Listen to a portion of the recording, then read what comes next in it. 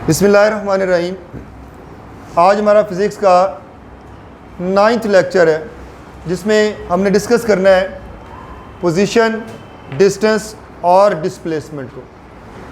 अगर पोजीशन की बात करूं तो आपकी कॉमन लाइफ में पोजीशन का वर्ड जो है वो रिज़ल्ट के वक्त ही आता है। आम तौर पर आप रिज़ल्ट के टाइम पर पोजीशन की बात डिस्कस करते हैं या आपके वालिदैन पूछते हैं कि ये हमारा बच्चा किस पोजीशन पर है, तो जवाब दिया जाता है टीचर की तरफ से, जी आपका बच्चा तो माशाल्लाह 5वीं पोजीशन पर आया है। अगला सवाल आपका वालिद या आपकी वालदा क्या करती हैं टीचर से कि कितने बच्चों में से 5वीं पोजीशन पर आया है। हो सकता है क्लास में बच्चे ही 5 हों और आप 5वीं पोजीशन पर हों। वो जो अगला सवाल है वो पहले सवाल से ज़्यादा अहम है कि आप कितने स्टूडेंट्स में से किस पोजीशन पर थे। तो ये दोनों चीज़ें डिस्क्राइब करती हैं कि पूरे साल में आखिर आप किस दर्जे पर या किस लोकेशन पर या किस पॉइंट पर लाई कर रहे थे क्लास के अंदर। इसी तरह जब हम मैप पर किसी को लोकेट करना चाहें, पता लगाना चाहें उसकी पोजीशन के लिए, तो हमें ये देखना पड़ता है कि आखिर आप पोजीशन किस जगह से ढूंढना चाह रहे हैं, किस जगह से उसकी लोकेशन फाइंड करना चाह रहे हैं। मिसाल के तौर पर मुझे किसी की कॉल आती है और वो मुझसे पूछता है कि सर लाहौर रेलवे स्टेशन किधर है, तो मैं उसे क्या बताऊंगा? उसे बताने से पहले पूछूंगा सर आप किधर हैं, आप लाहौर रेलवे स्टेशन का पता किस जगह से पूछ रहे हैं। तो वो मुझे अगर कह देता है कि जनाब मैं गोलबाग शादबाग में खड़ा हूँ और यहाँ से रेलवे रोड का मैं लाहौर रेलवे स्टेशन का पता जानना चाहता हूँ, तो फिर मैं उसको बताऊँगा कि आप इधर को जाएं, इधर को जाएं, इस साइड पे इस सिमत में आप ट्रैवल करें और आप लाहौर रेलवे स्टेशन पहुंच जाएंगे। अगर मुझे स्टार्टिंग पॉइंट का ना पता हो, स्टार्टिंग पॉइंट ना वाज़े हो, तो मैं किसी पॉइंट की लोकेशन या पोजीशन को एग्जैक्टली वाज़े नहीं कर सकता। तो इसलिए अगर आप इसकी डेफिनेशन भी देखें तो उसमें भी वो यही कहता है कि डिस्क्राइब द लोकेशन। पोजीशन जो है वो लोकेशन बताती है, किसी भी पॉइंट की लोकेशन बताएगी with respect to some reference point. Reference point आप यूँ समझ लें कि ये वो स्टार्टिंग पॉइंट है, वो ओरिजिन पॉइंट है जहाँ से आप चलना शुरू करते हैं। आप ऊबर लेते हैं, ऊबर पर आप कोई राइड बुक करते हैं, इन ड्राइव पे राइड बुक करते हैं, तो आप क्या करते हैं, आप उसको ये तो बताते हैं कि मेरा डेस्टिनेशन क्या है, मैंने पहुंचना कहाँ है, लेकिन साथ में उसे ये भी बताते हैं कि मैंने चलना कहाँ से है। क्या ये मुमकिन है कि आप उसे ये तो बता दें कि डेस्टिनेशन कहाँ है और ये ना बताएं कि मैं खुद कहाँ पे खड़ा हूँ? तो क्या राइड वाला आप तक पहुँचेगा और वहाँ से आपको ले जा पाएगा? क्या ऐप आपका फेयर कैलकुलेट कर पाएगी, आपका किराया कैलकुलेट कर पाएगी? नहीं, जब तक आप उसे दोनों पॉइंट वाज़े ना करेंगे कि आपने पहुंचना कहाँ है और आपने चलना कहाँ है। जहाँ से आपने स्टार्ट करना होता है वो स्टार्टिंग पॉइंट आपका रेफरेंस पॉइंट कहलाता है, और जहाँ पर आप पहुँचते हैं वो आपकी आपका फाइनल डेस्टिनेशन या फाइनल पोजीशन कहलाती है। क्लियर होगी बात? अब उसके बाद अगर पोजीशन मैं चेंज करता हूँ, बिलफर्ज मैं यहाँ पर खड़ा हूँ और यहाँ से मैं बाहर मेन गेट तक जाता हूँ या गोल बाग तक जाता हूँ, तो आप क्या देखते हैं कि वक्त के साथ साथ मैं कुछ ना कुछ फ़ासला तय कर लेता हूँ। ऐसा ही है, कुछ ना कुछ फ़ासला तय करता हूँ, किसी न किसी रास्ते पर चलता हूँ। मैं कहता हूँ बिलफर्ज मेरे पास एक ये पॉइंट ए है और ये पॉइंट बी है। पॉइंट ए को हम कह देते हैं कि ये स्कूल है और पॉइंट बी को मैं कह देता हूँ कि ये हाउस है या होम है। अब एक स्टूडेंट है, स्टूडेंट 1, बिलफर्ज मैं कहता हूँ ये सुफियान बैठा हुआ है, तो ये सुफियान जो है स्कूल से छुट्टी के वक्त निकलता है और निकल कर ये यूँ घूमता है फिरता है, घूमता है फिरता है, घूमता है फिरता है और फिर घर आ जाता है। ठीक हो गया। फिर उसके बाद दूसरा, ये ताहा साहब बैठे हुए हैं, इनको भी छुट्टी हुई है और ये छुट्टी के वक्त इस तरह एक लंबा चक्कर लगाता है इलाके का, फिर आगे फिर ये भी घर आ जाता है, अपने इलाके में अपने घर पहुंच गया। ठीक हो गया। फिर उसके बाद ये अहमद अली साहब बैठे हुए हैं, इनको भी छुट्टी हुई है, ये इस तरह चक्कर लगाते हैं और फिर इस तरह से ये भी घर आ जाते हैं।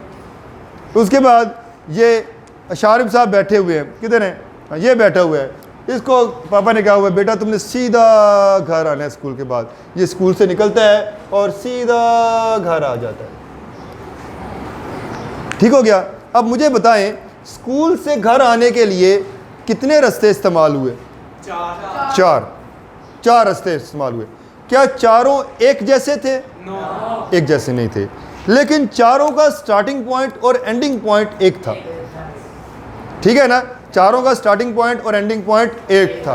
अब मुझे यह बताएं कि चारों एक जैसे नहीं थे, उनमें सबसे ज़्यादा अलग थलग रास्ता कौन सा था? जो बिल्कुल सीधा था, जो बिल्कुल सीधा था, बिल्कुल स्ट्रेट पाथ था। और इसके बाद अगला सवाल यह है कि इन चारों में से सबसे छोटा रास्ता कौन सा था? जो अशारिब का रास्ता था, जो बिल्कुल शॉर्टेस्ट डिस्टेंस था। अब मैं यहाँ पर आपको तारीफ बताने लगा हूँ डिस्टेंस की भी और डिस्प्लेसमेंट की भी, हमारा काम मुकम्मल हो जाएगा इतने में ही। डिस्टेंस क्या होता है? चाहे रास्ता ये पहले वाला हो जो कि था किसका? सुफियान का, या रास्ता ये दूसरे वाला हो जो कि था ताहा का, या रास्ता तीसरे वाला हो जो कि था अहमद अली का, या रास्ता चौथे वाला हो जो कि था अशारिब का। दो पॉइंट्स के दरमियान, दो जगहों के दरमियान रास्ते की जो लंबाई है, उस रास्ते की लंबाई को हम डिस्टेंस कहते हैं। क्या कहते हैं? दो पॉइंट्स के दरमियान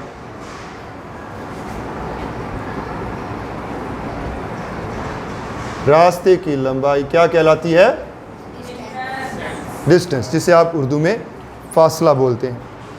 दो रास्ते, यहाँ से गेट तक 2 पॉइंट ले लें, ठीक है, यहाँ से गोलबाग तक 2 पॉइंट ले लें, कोई भी 2 पॉइंट्स के दरमियान रास्ते की लंबाई, याद रखिएगा वो रास्ता कोई टेढ़ा मेढ़ा भी हो सकता है, वो रास्ता बिल्कुल स्ट्रेट भी हो सकता है, वो रास्ता किसी भी तरह का हो सकता है। रास्ते की लंबाई जो है वो क्या कहलाएगी? डिस्टेंस, और इसको आप उर्दू में क्या बोलेंगे? फासला। लेकिन वो रास्ता जो बिल्कुल स्ट्रेट है, बिल्कुल सीधा है, उस रास्ते को हम बोलते हैं डिस्प्लेसमेंट। उसको हम नया नाम दे देते हैं, उसे हम बोलते हैं डिस्प्लेसमेंट। होता ये भी डिस्टेंस ही है, लेकिन बाकियों से फ़र्क करने के लिए हम इसे नया नाम देते हैं क्या? डिस्प्लेसमेंट। बात क्लियर हो गई? डिस्टेंस और डिस्प्लेसमेंट में क्या फ़र्क है? डिस्टेंस किसी भी रास्ते की लंबाई जो है वो डिस्टेंस कहलाती है, लेकिन डिस्प्लेसमेंट वो रास्ता होता है जो बिल्कुल सीधा होता है, या जिस तरह फिजिक्स में उसने कहा कि डिस्प्लेसमेंट जो है वो डिस्टेंस होता है जो शॉर्टेस्ट हो, छोटे से छोटा हो। आप अगर कहीं जल्दी पहुंचना चाहते हो, देर हो रही हो, तो आप क्या कहते हैं? गलियों से होते हुए जाते हैं, बड़े आराम से हम पहुंच जाएंगे। नहीं, आप कहते हैं कि हम वो रास्ता ढूंढेंगे या वो रास्ता तलाशेंगे या उस रास्ते पर जाएंगे जो बिल्कुल सीधा हो। आप कहते हैं यार नाले नाली हो जा, सीधे सीधे ही पहुंच जाएंगे। ऐसे ही है ना कि आप सीधे सीधे, आप कहते हैं सीधे सीधे चलते चले जाओ और हम जल्दी पहुंच जाएंगे। तो जो शॉर्टेस्ट पाथ होता है वो हमारे पास एक स्ट्रेट लाइन पाथ होता है। जो स्ट्रेट लाइन पाथ नहीं होगा वो शॉर्टेस्ट नहीं होता। यहाँ पर इन दोनों की डिस्क्रिप्शन के लिहाज से क्लियर होगी बात यहाँ पर। फिर उसके बाद मैं आपको क्लियर कर दूँ कि डिस्टेंस जो है, चूँकि यहाँ पर बात आ गई लेंथ की, तो लेंथ का यूनिट होता है मीटर। हम पढ़ रहे हैं, ठीक हो गया? लेंथ का यूनिट मीटर, यानी डिस्टेंस का यूनिट क्या आ गया? मीटर। डिस्प्लेसमेंट का यूनिट भी मीटर होता है। दोनों के यूनिट सेम हो गए, लेकिन याद रखिएगा डिस्टेंस एक स्केलर क्वांटिटी है, जबकि डिस्प्लेसमेंट जो है ये एक वेक्टर क्वांटिटी है। डिस्प्लेसमेंट कौन सी क्वांटिटी है और डिस्टेंस कौन सी क्वांटिटी है? कल हमने स्केलर्स के बारे में पढ़ा था। क्या आप बताएंगे स्केलर क्वांटिटी कौन सी होती है? हाँ जी, वो क्वांटिटी जो अपनी मैग्नीट्यूड से डिस्क्राइब की जाए, जिसको बयान करने के लिए, डिस्क्राइब करने के लिए सिर्फ मैग्नीट्यूड की ज़रूरत पड़ती है, उसे स्केलर कहते हैं, यानी वो डिस्टेंस क्वांटिटी में आ गया। और फिर डिस्प्लेसमेंट वेक्टर है, तो वेक्टर क्वांटिटी क्या होगी? जिसमें मैग्नीट्यूड के साथ साथ किसकी ज़रूरत पड़ती है? डायरेक्शन की ज़रूरत पड़ती है, उसको हम वेक्टर क्वांटिटी कहते हैं। तो वो हमारे पास डिस्प्लेसमेंट होगा। ये हमारा आज का काम है। इंतहाई अहम डेफिनेशंस हैं, निशान मैं आपको लगवा देता हूँ कि इसमें आपने याद कितना करना है, ताकि आप उस हिसाब से इसको याद कर पाएँ। कल का टॉपिक हमारा अहम होगा, क्योंकि जब आप डिस्टेंस बदलेंगे डिस्टेंस कवर करेंगे तो एक क्वांटिटी बनती है, डिस्प्लेसमेंट कवर करेंगे तो एक नई क्वांटिटी बनती है। तो मंडे का जो हमारा लेक्चर होगा वो इंतहाई अहम होगा इंशाल्लाह। Thank you.